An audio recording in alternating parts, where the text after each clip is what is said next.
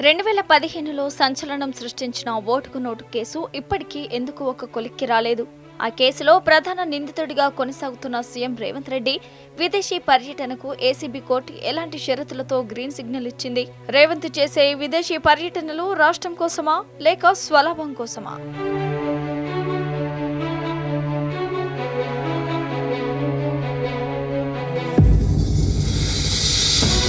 2015లో నమోదైన సంచలన ఓటుకు నోటు కేసు ఇప్పటికీ ఎలాంటి ముగింపు లేకుండా కొనసాగుతూనే ఉంది. 2015 మే 31న నాటి టీడీపీ ఎమ్మెల్యేగా ఉన్న రేవంత్ రెడ్డి శాసన మండలి ఎన్నికల్లో టీడీపీ అభ్యర్థికి మద్దతు ఇవ్వాలని నామినేటెడ్ ఎమ్మెల్యే ఎల్విస్ స్టీఫెన్స్టన్ కు 50 లక్షలు లంచం ఇస్తుండగా ఏసీబీ అధికారులకు రెడ్ హ్యాండెడ్ గా దొరికిపోయారు. అప్పట్లో ఈ ఘటన టీవీ ఛానల్లో ప్రత్యక్ష ప్రసారమై దేశవ్యాప్తంగా సంచలనం సృష్టించింది. ఈ ఘటన వెనుక నాటి ఏపీ సీఎం చంద్రబాబు హస్తం ఉందనే ఆరోపణలు వచ్చినప్పటికీ రేవంత్ తో పాటు మరికొందరిని ఏసీబీ అరెస్టు చేసింది. ఆడియో, వీడియో రికార్డులతో సహా పక్కా ఆధారాలున్న ఈ కేసులో రేవంత్ రెడ్డిని కోర్టు ఎక్కడా నిర్దోషిగా ప్రకటించలేదు. అందుకే ఆయన ఇప్పటికీ ఈ కేసులో ప్రధాన నిందితుడిగా కొనసాగుతున్నారు.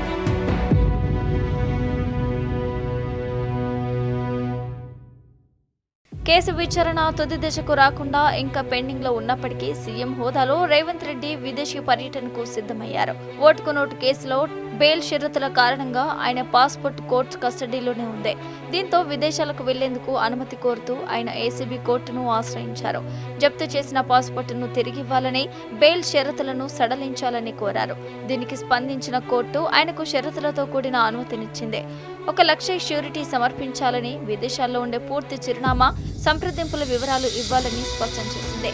అంతేకాదు, పర్యటన ముగిసిన తర్వాత సెప్టెంబర్ 18లోగా పాస్పోర్టును తిరిగి కోర్టులో సమర్పించాలని తేల్చి చెప్పింది.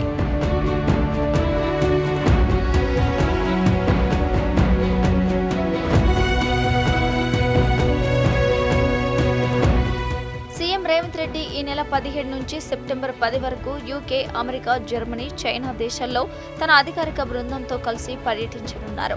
ముందుగా హైదరాబాద్ నుంచి యూకేకు వెళ్లనున్న ఆయన అక్కడ ఎంఐఎం శాసనసభాపక్ష నేత అక్బరుద్దీన్ ఓవైసీ కుమార్తె ఎన్నిక వేడుకల్లో పాల్గొననున్నారని తెలుస్తోంది.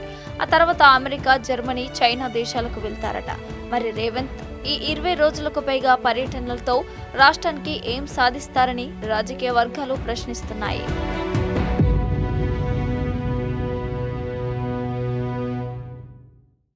మరోవైపు ఒక క్రిమినల్ కేసులో ప్రధాన నిందితుడిగా ఉంటూ కోర్టు అనుమతితో విదేశాలకు వెళ్లడంపై రాజకీయ వర్గాల్లో తీవ్ర విమర్శలు వ్యక్తమవుతున్నాయి. రాష్ట్రంలో ఎన్నో సమస్యలు పెండింగ్ లో ఉన్నాయని, ప్రభుత్వ పాలనపై దృష్టి పెట్టాల్సిన సమయంలో పదే పదే విదేశీ పర్యటనలు చేయడం వల్ల రాష్ట్రానికి ఒరిగేదేమిటని రాష్ట్ర ప్రజలు నిలదీస్తున్నారు. కేవలం పెట్టుబడుల పేరుతో విదేశీ ట్రిప్లు వేయడం ప్రజాధనాన్ని వృధా చేయడమేనని ఆరోపణలు వస్తున్నాయి. ముఖ్యమంత్రి స్థాయి వ్యక్తిపై కోర్టులో ఇంకా విచారణ ఉన్న కేసు ఉండటం, అదే సమయంలో విదేశీ పర్యటనలకు అనుమతులు కోరటం వంటి అంశాలు ఇప్పుడు తెలంగాణ రాజకీయాల్లో తీవ్ర చర్చనీయాంశంగా మారాయి.